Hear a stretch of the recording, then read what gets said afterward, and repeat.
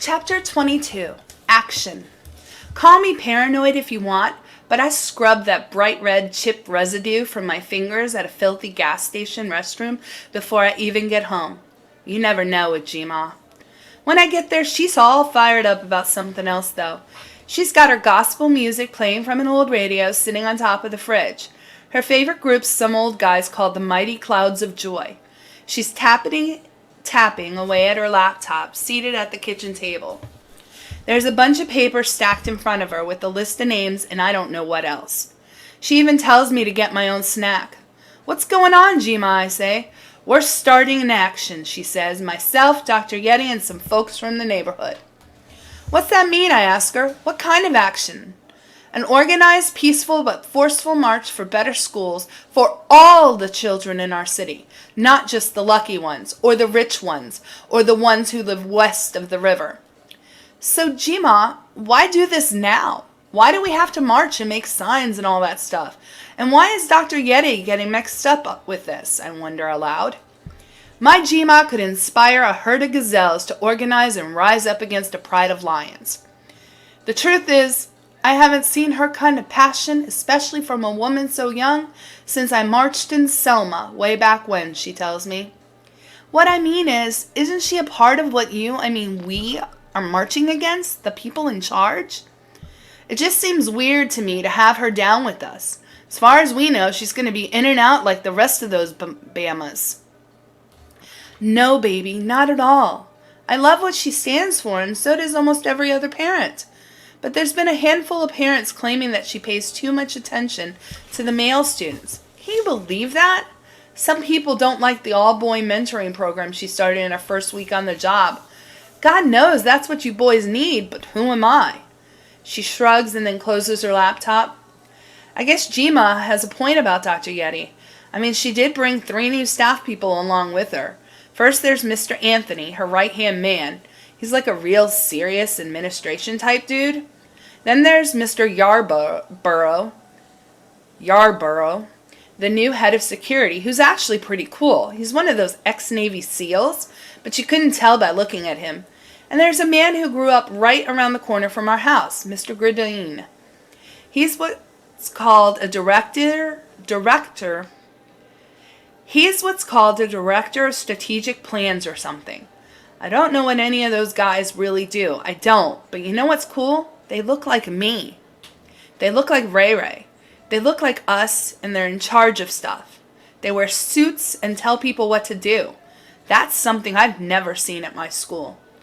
The way Gma's going, I can tell we're going to be talking about this for a while, which is fine with me. Anything right now is better than, how was your day, or any of those other essay questions she usually asks. I can just see how that would go. So I get busy making a peanut butter and banana sandwich while Gma keeps on talking. We're going to march up Martin Luther King Avenue, she says, and have a big rally right in front of your school. Cool, I say. I'm hoping for 1,000 people, maybe more. Parents, teachers, and most of all, students. I say, which is why I want you to be one of our speakers. I think you'd make an excellent student ambassador, Kenneth. This time, I don't say anything at all, because that peanut butter just got stuck in my throat like a ball of cement. I know it's a little scary, Gma tells me, but it's no different than when I asked you to do at the neighborhood meeting. You just said it was going to be 1,000 people, I say. That's just more ears, she says. Well, I don't think I'd make a very good ambassador either, I say. Nonsense, she says. If we see something wrong in the world, it's up to us, not someone else, to stand up and be heard. That's another one of Gma's greatest hits, if you hadn't noticed. She always says you're supposed to speak up if you see something wrong. You know, like if someone steals stuff from a corner store, or gets detention and lies about it, or has to teach chess for all the wrong reasons. Stuff like that. And guess what else I realize? Ray Powell isn't the big faker around here anymore. I am.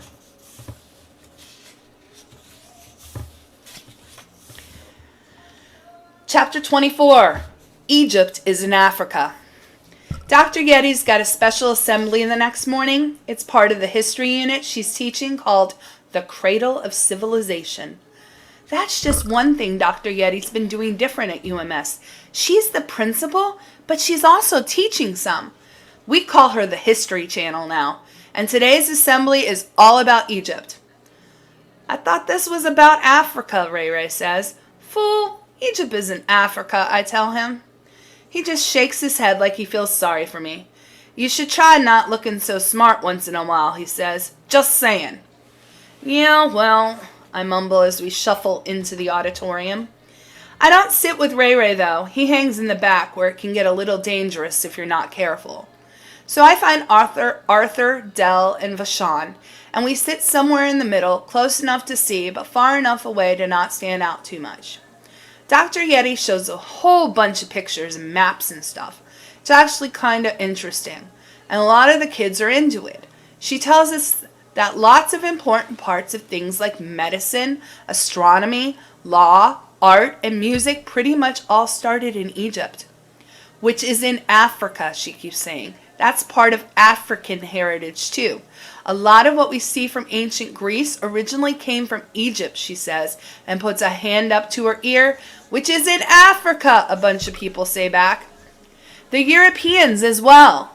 They got a lot of what they're famous for from Egypt, which is in Africa, everyone says. They're all kind of cheering and getting into it now. Why not? It's one reason to walk a little taller, and I'm all for that. Dr. Yeti is pretty amazing at getting everyone into it, so nobody feels like they're acting weird. Check it out.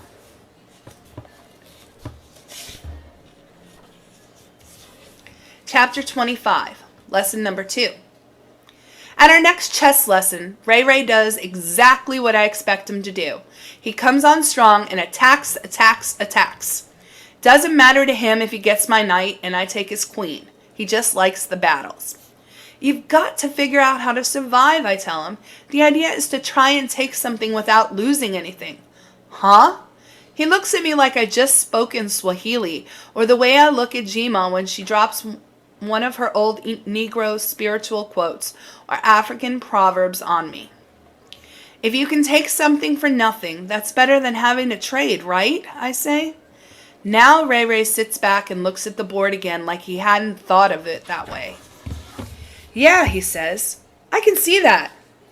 It doesn't really do anything, though. On the next move, he leaves himself wide open just to get one of my paws.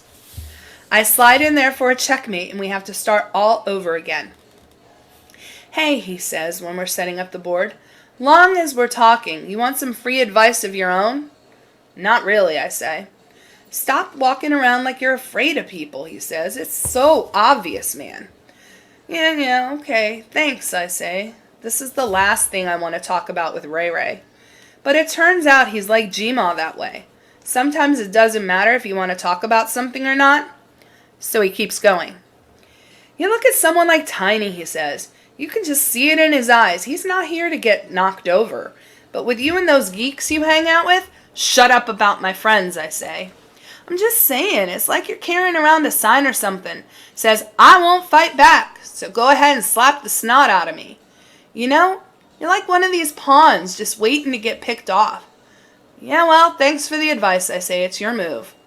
Then Ray Ray takes his bishop and tries to scoot it around the corner like it's a knight, and I think, this is never going to be over, is it?